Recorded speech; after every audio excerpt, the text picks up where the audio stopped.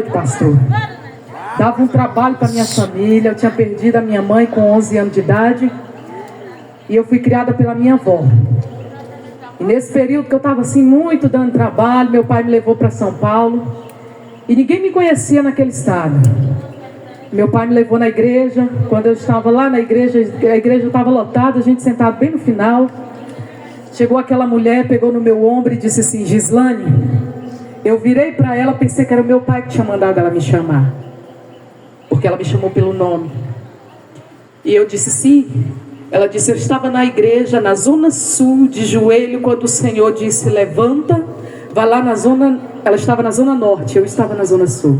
Ela estava na zona norte, quando o Senhor disse: levanta, vai na zona sul.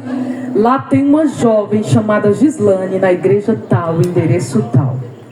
Irmãos, Deus deu o endereço e o meu nome para aquela mulher.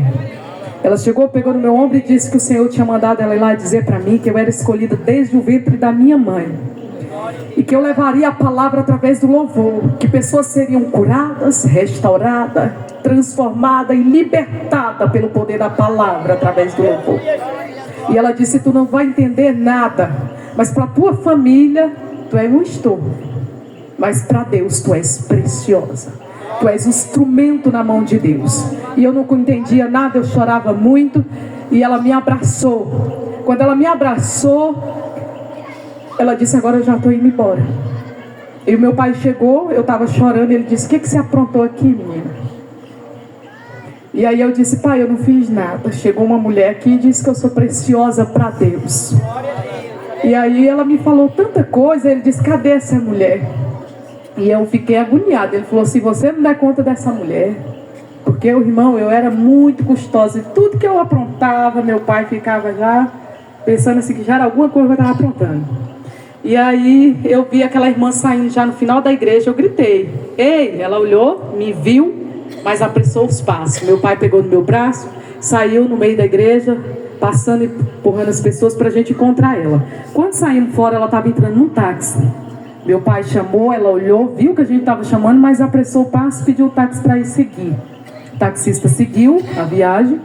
E meu pai, o carro estava estacionado bem perto, já entrou no carro e saiu seguindo o táxi. E buzinando, pedindo para parar porque ele queria ouvir, mas não era permissão de Deus ele ouvir aquilo. Porque ela disse também na profecia que dentro de 4 meses Deus me levaria para um lugar, que lá ele faria uma grande obra. Eu tinha 14 anos de idade. E aí Deus trabalha, irmão, de uma forma que nós não compreendemos. Mesmo que você pense que o cenário está tudo ao contrário, não tem oportunidade disso dar certo no que está acontecendo.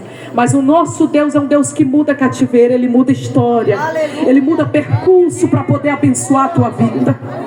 Aleluia. Do mesmo jeito que Deus mudou a tua trajetória para hoje, tu está aqui nessa noite ouvindo o nome do Senhor ser glorificado. E aí o meu pai buzinando, o táxi ligou a seta, entrou à direita. Quando meu pai entrou, o táxi desapareceu.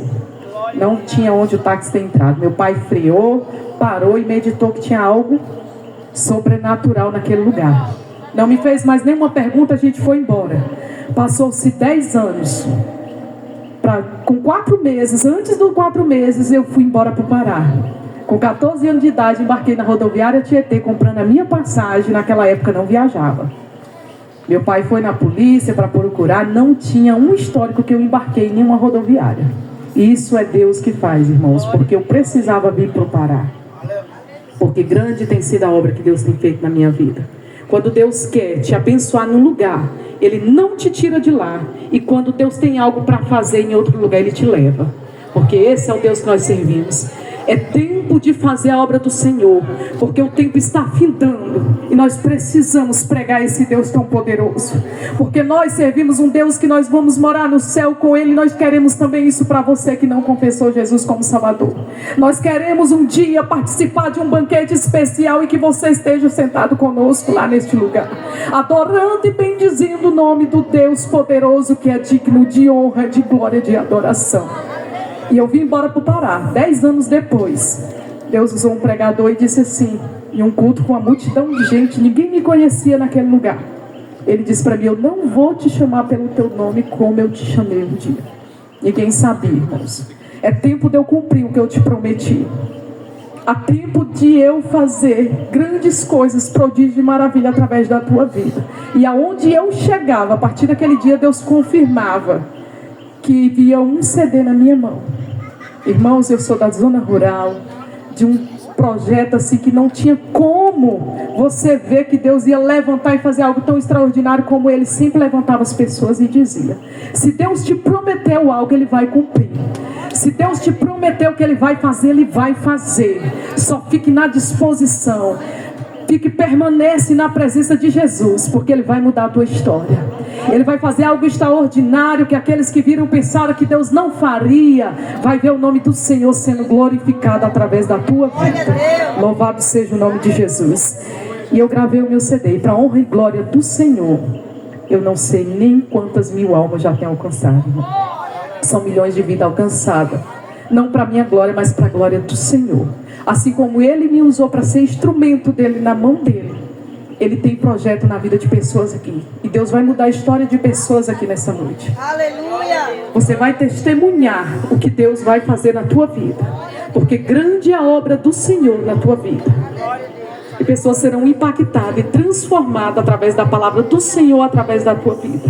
Mas é tempo de despertar. É tempo de você se levantar e saber que a obra do Senhor, ela está findando aqui na terra. Porque nós vamos morar com o papai. E Ele está voltando.